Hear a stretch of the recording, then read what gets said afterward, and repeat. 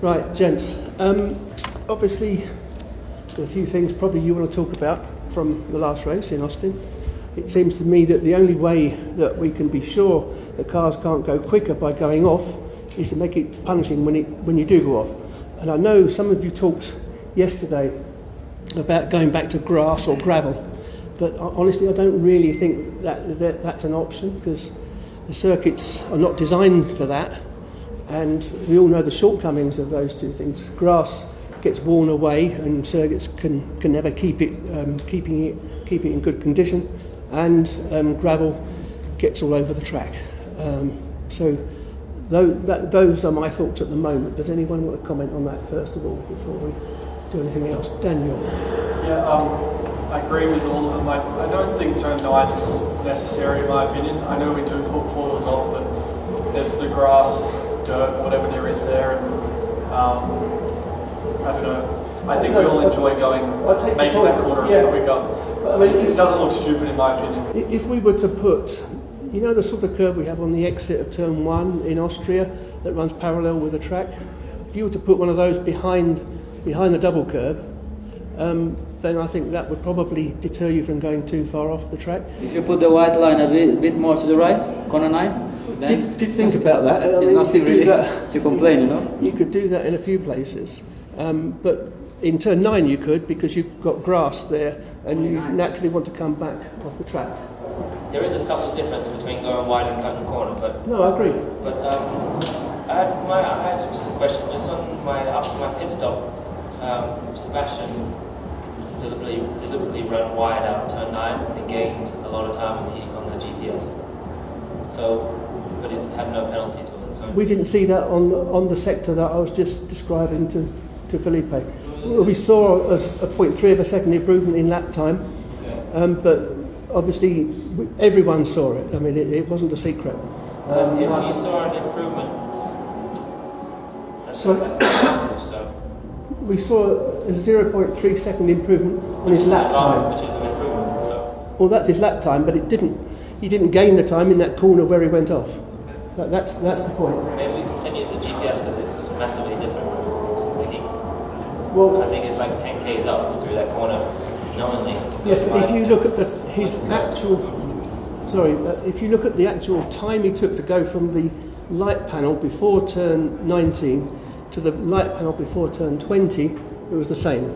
It didn't gain anything there, you know. So that's what we were trying to use to judge those things. Okay. So Roman, you want to say something? In terms of safety between having asphalt like Austin or having gravel and grass, is there a difference or is it pretty much the same? No, I mean when we did all the research back when the accident data recorders were first put on the car in the mid-90s, we looked at all the accidents that happened, and the conclusion was drawn that asphalt was actually twice as good as slowing a car down in very broad terms.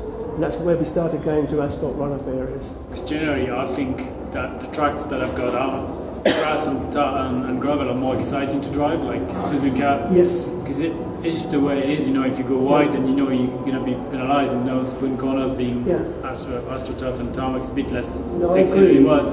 And I wonder if, you know, all those solutions you're proposing are great to stop us going wide, but we don't have the same sex appeal than... No, I understand completely. Do you think we can kind of tense back to bringing that thing? I think it's something we could look at, yes. I think when designing new circuits now, I think we've got to think carefully about enforcing track limits, which have never really been a big issue in the past. Maybe the exit curbs that we use just don't work, because some tracks, like you say, they are more violent than others, and then sometimes we'll use more than other times.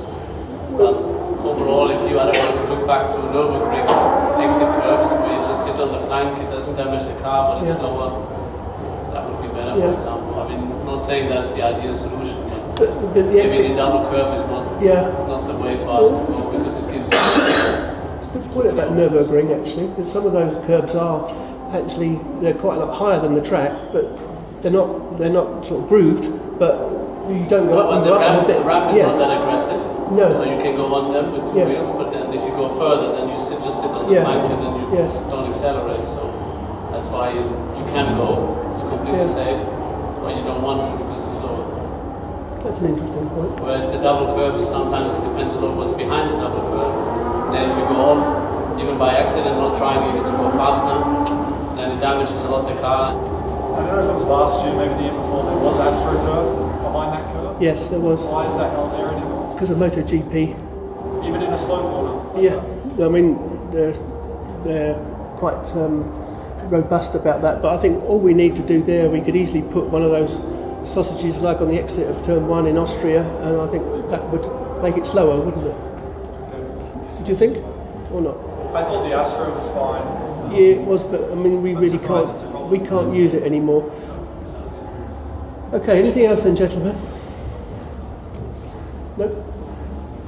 Thank you very much indeed.